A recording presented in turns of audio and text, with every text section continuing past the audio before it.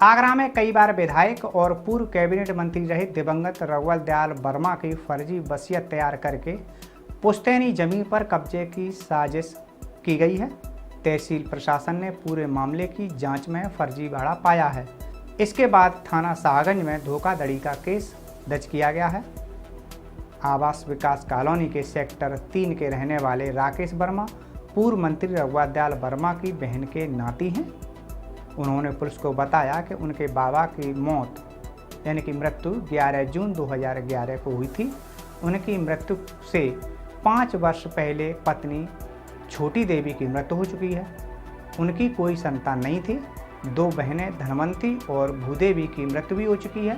परम आदरणीय स्वर्गीय रघुवर दयाल वर्मा जी के ये एक्चुअल में वारिस हैं और सच बात तो ये है कि उन्होंने जनपद फिरोजाबाद में लंबे समय तक राजनीति में तमाम लोगों के हित किए, तमाम मेहनत की और ख़ास तौर से निषाद समाज में उन्होंने बहुत काम किया।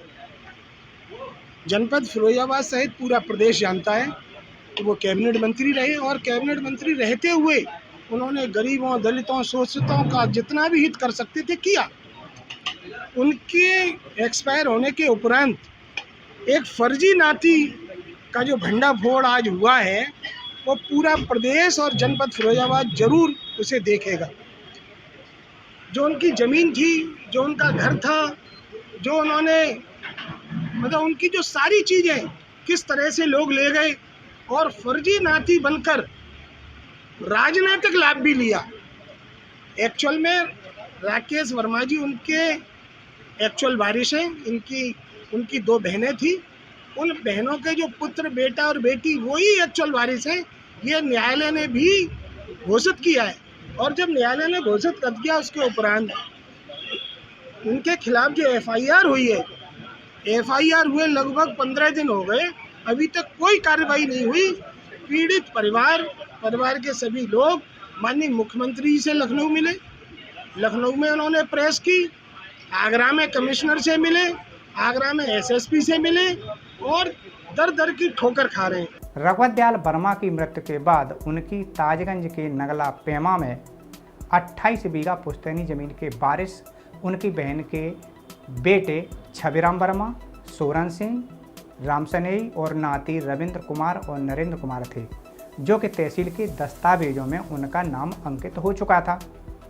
वहीं राकेश का आरोप है कि अगस्त 2011 में गांव के ही शिवराम, विजेंद्र और तूफान सिंह ने खुद को मंत्री का भतीजा बताते हुए बाबा रघुवर दयाल की फर्जी वसीयत दिखाकर वारिस घोषित करने का शपथ पत्र दिया, लेकिन जांच में शपथ पत्र खारिज हो गया। इसके बाद आरोपी शिवराम ने अपने और अपने पुत्रों तत्कालीन विधायक सिकोहाबाद, ओम प्रकाश वर्मा, निहाल सिंह और मोहन वर्मा के साथ अपने समधी दिसंबर और अन्य मृत व्यक्तियों को गवाह बनाते हुए वसीयत को दस्तावेज में शामिल करा दिया।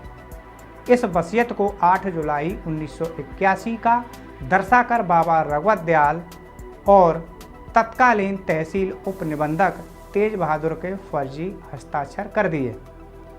प्रदेश के मुख्यमंत्री जी से ये अनुरोध करना चाहती हूँ कि वो आजकल बहुत अच्छी कार्रवाइयाँ कर रहे हैं, वो धन्यवाद के पात्र हैं।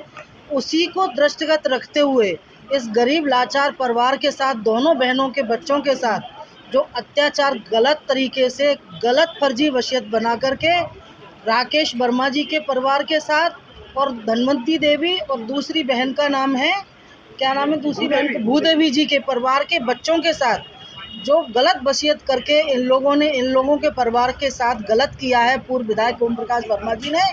मैं माननीय मुख्यमंत्री जी से निवेदन करना चाहती हूँ कि जितनी जल्दी से जल्दी विधिक कार्रवाई हो सके, जिससे इस परिवार को न्याय मिल सके और ये परिवार खुली हवा में सांस ले सके। जिस तरीके से लोग इनको जान से मारने की धमकियां दे रहे हैं, उनसे भी माननीय मुख्यमंत्री इन्हें निजात दिलाएं और इनका सच्चा हक इनको दिलवाने का काम करें। पीड़ित वारिसों ने विधानसभा में शपथ पत्र के दौरान एक बाबा के हस्ताक्षर और तत्कालीन उप निबंधक के हस्ताक्षर की प्रति निकलवाई। जांच में दोनों हस्ताक्षर फर्जी पाए गए। तहसील में संबंधित बाद में उनके पक्ष में फैसला सुनाया गया। वादी राजेश वर्मा ने बताया कि जांच के बाद डीसीपी सिटी सूरज राय के आदेश पर मुकदमा लिखा गया है। Rakesh Kumar Verma, advocate high court Allahabad.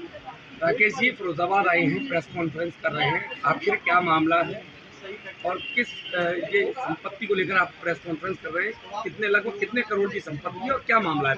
ऐसा है, माननीय पूर्व वन मंत्री रघुवर वर्मा जी की संपत्ति का मामला है। उनके जो हम लोग विधिक वारिस हैं, ठीक है। ये ज़मीन लगभग 80 करोड़ रुपए की है, जिसे पूर्व विधायक सपा के शासन में सत्ता पक्ष में था, फर्जी वसीयत तैयार करा ली। अब चूंकि भाजपा में है, पुलिस कोई कार्रवाई नहीं कर रही है दबाव में, तो हम चाहते हैं कि उनके खिलाफ जिन्होंने ये फर्जीवाड़ा किया है कानूनी कार्रवाई हो और हमको न्याय मिले।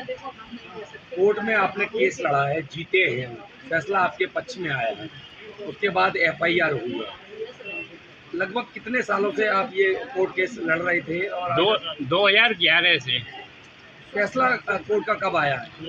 2024 में। 2024 में। FIR को लगभग कितने दिन बीत चुके हैं? FIR को लगभग